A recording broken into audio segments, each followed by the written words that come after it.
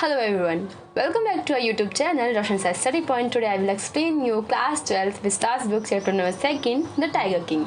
इस चैप्टर का नाम सुन के आपके मन में एक बार तो ये आया होगा कि इस चैप्टर का नाम द टाइगर किंग क्यों रखा गया। तो जो इस कहानी में जो मेन कैरेक्टर है उसने 99 टाइगर को मारा है और उसके बाद वो 100 टाइगर मारने की कोशिश करता है बट उसकी डेथ हो जाती है। लेकिन उसने 99 टाइगर्स मारे होते हैं जिस वजह से उसका नाम द टाइगर किंग रखा जाता है।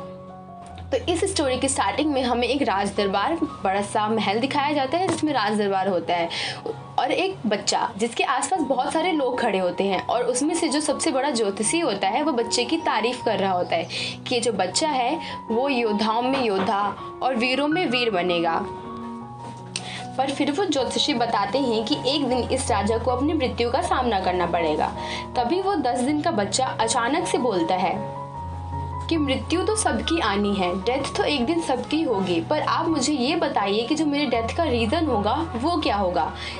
जो भी महल के जितने आसपास के लोग होते हैं सारे हैरान हो जाते हैं कि एक 10 दिन का बच्चा इतनी लॉजिकल बात कैसे कर सकता है।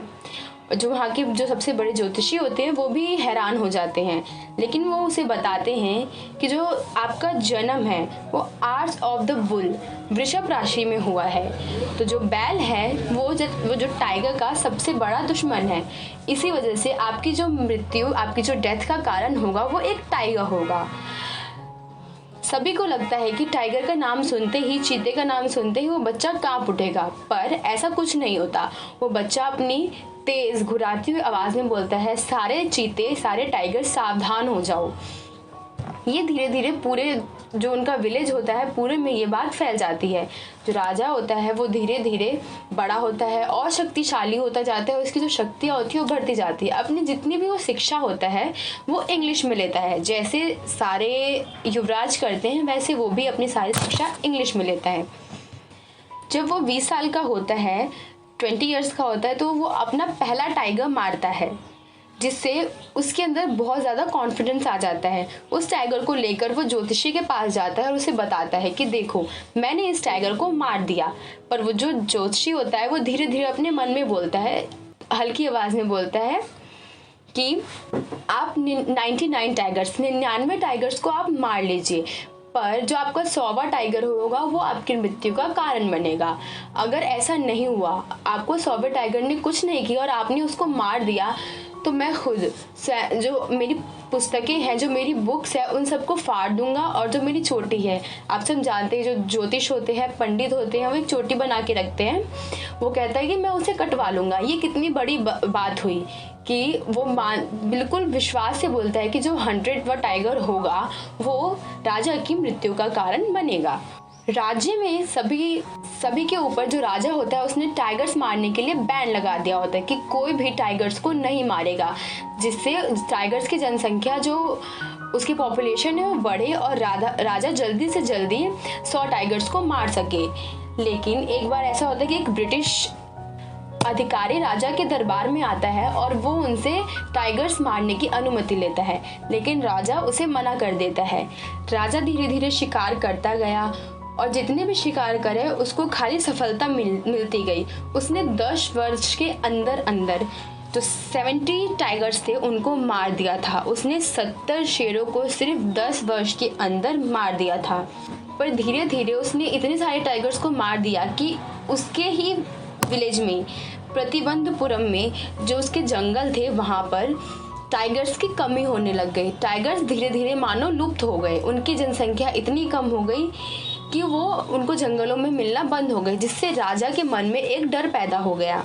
तो एक दिन जो राजा होता है वो दीवान को अपने पास बुलाता है और उसे कहता है कि आप 2 लिस्ट बनाइए जिसमें एक जगह, ऐसी जगह का नाम लिखिए जहाँ बहुत ज़्यादा मात्रा में टाइगर्स हो, और एक ऐसी जगह का नाम जहाँ बहुत सारी सुंदर स्त्रियाँ हो जिनमें से किसी एक को पसंद करके मैं शादी कर सकूँ। और किसी ऐसे राज्य वाली स्त्री को ढूंढिए जहाँ पर टाइगर्स की संख्या बहुत ज़्यादा हो। और ऐसा होता है, दीवान को एक ऐसी लड़की मिल जाती है जिसके राज्य में बहुत सारे टाइगर्स होते हैं। उससे उसकी शादी हो जाती है और जब भी जो राजा होता है, द टाइगर किंग होता है, वो अपने ससुराल जाता है तो वहाँ पर हमेशा जंगल में हमेशा आते टाइम कम से कम 4 से 5 जो टाइगर्स होता है उनको मार देता है। उसके जो दरबार की वॉल्स होती हैं वहाँ पर टाइगर्स की जो खाल होती है वो रखी जाती है। लेकिन एक टाइम ऐसा आता है कि धीरे धीरे वो 99 टाइगर को मार लेता है और फिर उसके बाद जो उसके ससुराल का जो जंगल होता है, फॉरेस्ट होता है, वहाँ पे भी टाइगर्स ख़त्म हो जाते हैं। जिस वजह से जो राजा होता है वो अंदर ही अंदर से डरता रहता है। उसको डर लगा रहता है कि कहीं कुछ हो ना जाए। लेकिन अचानक से उसको खबर मिलती है कि उसके ही गांव में एक जगह है जहाँ पर धीरे धीरे जो भेड़ होती है वो गायब हो रही है। तो राजा को लगता है कि वहाँ उन्हें टाइगर्स मिल जाएंगे। तो उस जगह का जो राजा होता है, जो टैक्स होता है, वो बिल्कुल ख़त्म कर देता है। और फिर राजा वहाँ जाता है। कई दिन इंतज़ार करने के बाद उसको वहाँ पर कुछ नहीं मिलता। तो राजा का जो गुस्सा होता है वो हद से ज़्यादा बढ़ जाता है। बस वो किसी भी तरीके से चाहता था कि वो टाइगर उसे आके मिले, लेकिन ऐसा नहीं हुआ। तो उसने, जो राजा है, उसने उस जगह का जो टैक्स था वो एकदम से 2 गुना कर दिया। तो जो दीवान था उसको डर लगने लग गया कि अगर ऐसा ही होता रहा तो धीरे धीरे जो हमारा राज्य है वो कांग्रेस के हाथ चला जाएगा, ब्रिटिश के हाथ चला जाएगा। इसी डर के कारण एक दिन दीवान ने रात के समय मद्रास के पीपल्स पार्क से एक टाइगर को मंगवाया और सुबह रात को ही जाकर उसे जंगल में छोड़ दिया। और सुबह वो टाइगर राजा को मिला। राजा के मन में ये ख्याल था कि जो टाइगर है भले ही वो उसको आसानी से मार सकता है, उसने 99 टाइगर्स मारे हैं, लेकिन जो 100वां टाइगर होगा उसको ज्योतिषी की बात याद आती है कि वो उसके लिए खतरा बन सकता है। लेकिन जो वो टाइगर होता है, ऑफ कोर्स ये बात है वो पार्क से आया हुआ है, तो जंगली टाइगर्स और उस वाले टाइगर में थोड़ा डिफरेंस होगा। तो वो टाइगर जो होता है वो राजा के सामने जाके खड़ा हो जाता है, जैसे मानो वो उसको हेलो बोल रहा हो या उसको आशीष उसके सामने पेश कर रहा हो। लेकिन जो राजा होता है वो उसके ऊपर निशाना साधता है और उसको मार के वहाँ से चला जाता है। और जो टाइगर होता है वो नीचे गिर जाता है। तो जो आसपास के अधिकारी होते हैं वो उसके पास जाते हैं और ये देखने के लिए कि वो जो टाइगर है वो मरा है कि नहीं।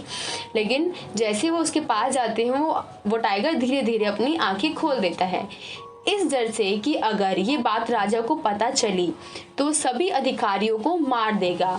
एक अधिकारी ने उस टाइगर को अपने हाथों से मार दिया और राजा ने बोला था कि ये टाइगर मर चुका है, इसकी हम एक जुलूस निकालेंगे और इसको अपने घर के सामने ही दफनाएंगे।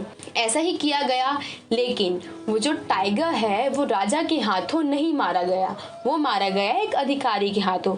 इसका मतलब ये हुआ कि राजा ने अभी भी 100वां टाइगर नहीं मारा है, उसने 99 टाइगर्स मारे हैं। लेकिन राजा के मन में यही चल रहा था कि उसने 100वां टाइगर भी मार दिया है।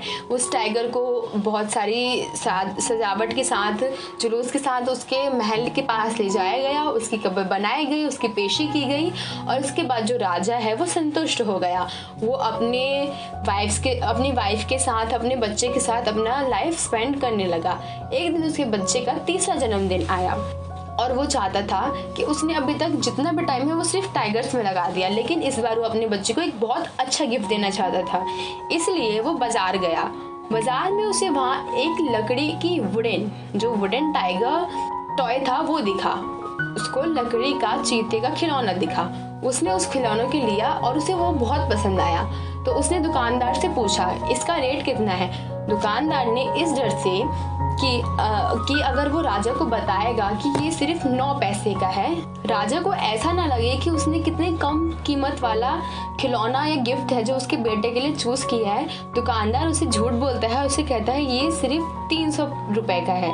जो 9 पैसे की चीज़ है वो उसे 300 रुपए में बेचता है और उसे बताता है कि ये एक माहिर कारीगर ने किया है और ये बहुत दुर्लभ है, मतलब ये बहुत मुश्किल से मिलता है, आप इसे ले जाइए, ये सिर्फ 300 रुपए का है।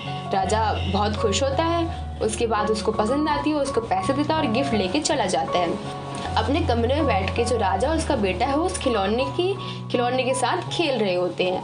लेकिन जो उस खिलौने की जो लकड़ी होती है उसके जो थोड़े थोड़े से भाग होते हैं वो बाहर की साइड निकल रहे होते हैं, जिस वजह से वो राजा के हाथ पे लग जाते हैं और उसको ब्लीडिंग होने लगती है। लेकिन राजा उस पर ध्यान नहीं देता और अपने बच्चे के साथ खेलता रहता है।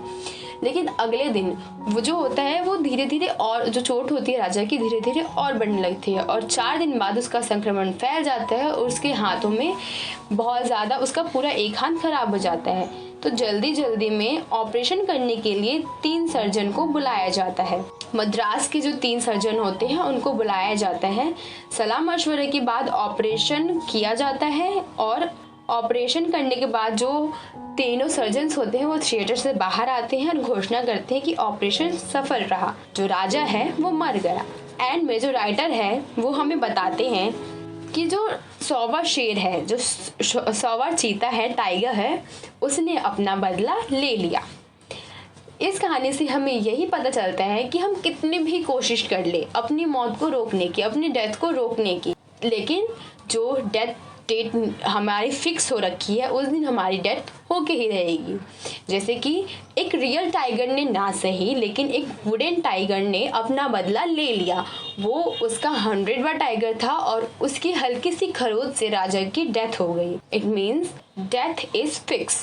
राजा ने 10 दिन की एज में जो बात बोली थी वो धीरे धीरे उस चीज़ को भूलता गया। उसने स्टार्टिंग में बोला था कि डेथ जो है वो निश्चित है, हर किसी की डेथ एक न एक दिन आनी है, बट वो अपने अहंकार में इतना आगे बढ़ता गया कि उसे लगा कि शायद वो अपनी डेस्टिनी चेंज कर सकता है, बट ऐसा नहीं हुआ। और एंड में एक वुडन टाइगर ने राजा को मार दिया। इस कहानी में यही सारी चीज़ें थी। आई होप आपको ये स्टोरी समझ में आ गई होगी। Thank you.